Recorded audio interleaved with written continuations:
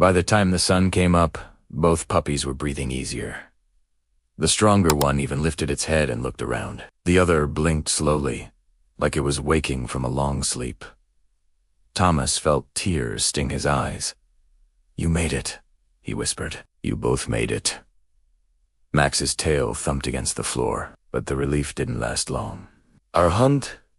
Midday, Thomas heard the crunch of tires on snow. He looked out the window and saw a white pickup truck pulling up. Two men got out, both wearing camouflage. One of them had a rifle slung over his shoulder. Thomas's stomach dropped. He stepped outside, closing the cabin door behind him. The men approached slowly, eyes scanning the area. "Heard someone might have picked up a couple dogs," one of them said, his voice casual, but his eyes sharp. "Haven't seen Em around here, have you?" Thomas stood tall, even though his heart was pounding. "Haven't seen a thing," he sighed evenly. Behind him, through the door, Max let out a low, rumbling growl, the kind of growl that said, "Try me." The men glanced at each other, then at Thomas, then at the cabin. For a moment, nobody moved. Finally, the man with the rifle shrugged. "All right then, just checking."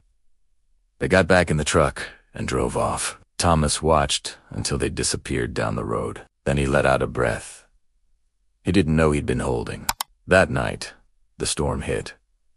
And it hit hard. Snow piled up fast. Wind rattled the cabin walls. The temperature dropped so low that even with the stove running full blast, Thomas could see his breath inside. But the puppies were warm.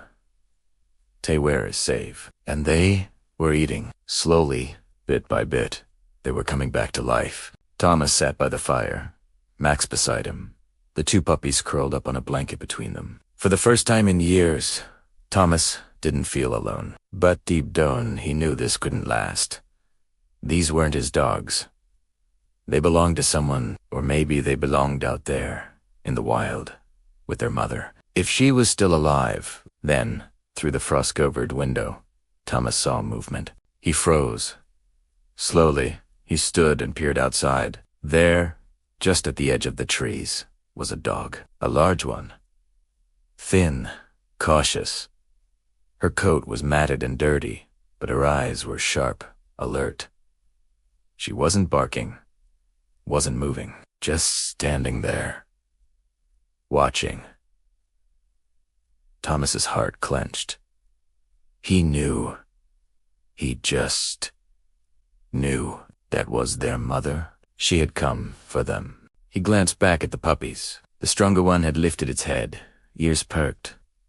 It let out a soft, hopeful whimper. The other one stirred, blinking awake. Thomas walked slowly to the door, opened it.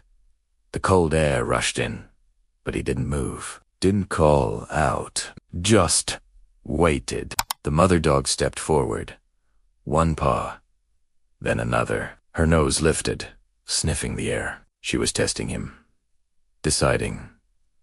Thomas stepped aside. She hesitated at the threshold, then slowly, carefully, entered the cabin. She walked straight to the puppies, sniffed them, licked their faces. Then she curled her body around them, pulling them close. The puppies nuzzled into her, making soft, contented sounds. Thomas stood there, watching, his heart breaking and healing all at once. Max sat beside him, tail still. The mother dog looked up at Thomas. Just for a moment, their eyes met, and in that look, there was understanding, gratitude, trust. By sunrise, she stood. The puppies, stronger now, followed her on wobbly legs toward the door. Thomas opened it wide. The mother stepped out into the snow, glancing back once to make sure her babies were following. They were.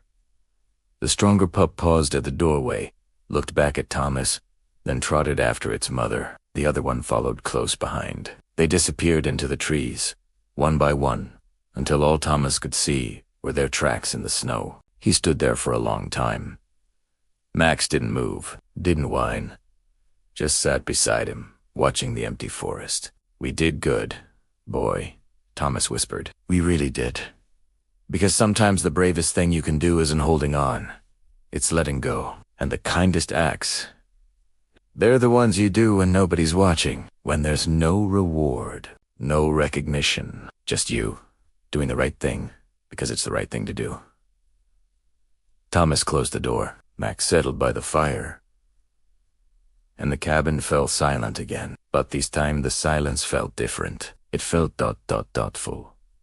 If this story hit you the way it hit me, do me a favor. Drop a like. Leave a comment. Tell me what you would have done. And if you want more stories like this, stories that remind us what it means to be human, hit that subscribe button, because we've got plenty more where this came from. Thanks for being here. Really, it means the world.